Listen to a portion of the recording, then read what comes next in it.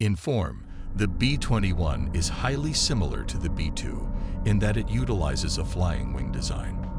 Rather than the typical aircraft shape of a fuselage with wings, stabilizers, and a tail attached, the B-21 resembles one large wing. The B-21 Raider has one mission: to win a great power war. That means conflict with Russia or China.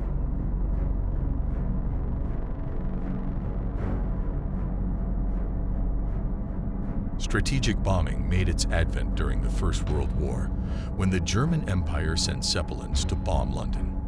It soon became widely recognized as a powerful tool in any total war scenario.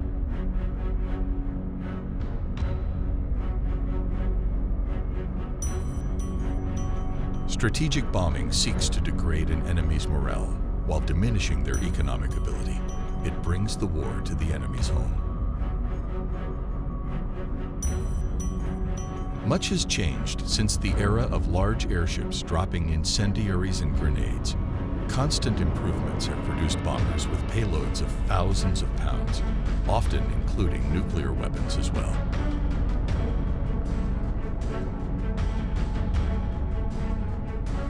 The U.S. Air Force currently has 3 strategic bombers in its stable: the venerable B-52 Stratofortress, the B-1B Lancer, and the B-2 Spirit. Each fulfills a different role. The Stratofortress is the heavy hitter with a 70,000 pounds payload.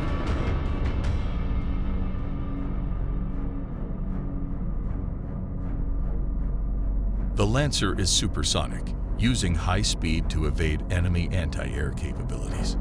The Spirit is the most advanced of the 3, using stealth capabilities and a low radar cross-section to penetrate deep into enemy airspace. While all 3 bombers remain viable, the Air Force recognizes the need for continued development. Nothing stands still, after all, and the U.S. needs to stay ahead of Russia's PAKDA and China's H-20 stealth bomber programs. Work began in 2011 on developing the next generation of Air Force bombers, and Northrop Grumman's B-21 Raider was selected. The B-21 Raider has one mission: to win a great power war. That means conflict with Russia or China.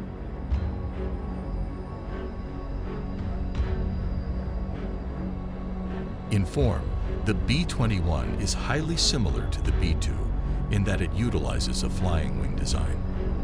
Rather than the typical aircraft shape of a fuselage with wings, stabilizers, and a tail attached, the B-21 resembles one large wing. This configuration increases lift while reducing drag. It requires less power to fly and increases the bomber's range, as well as the time it can remain on station before needing to refuel.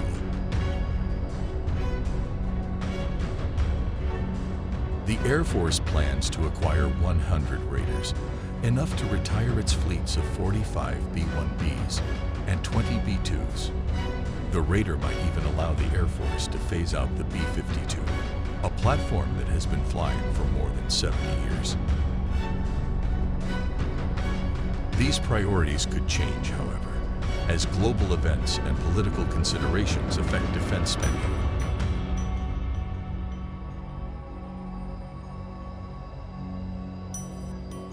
The Air Force originally intended to purchase over 100 B-2s, but the end of the Cold War and the military drawdown that followed drastically reduced that number.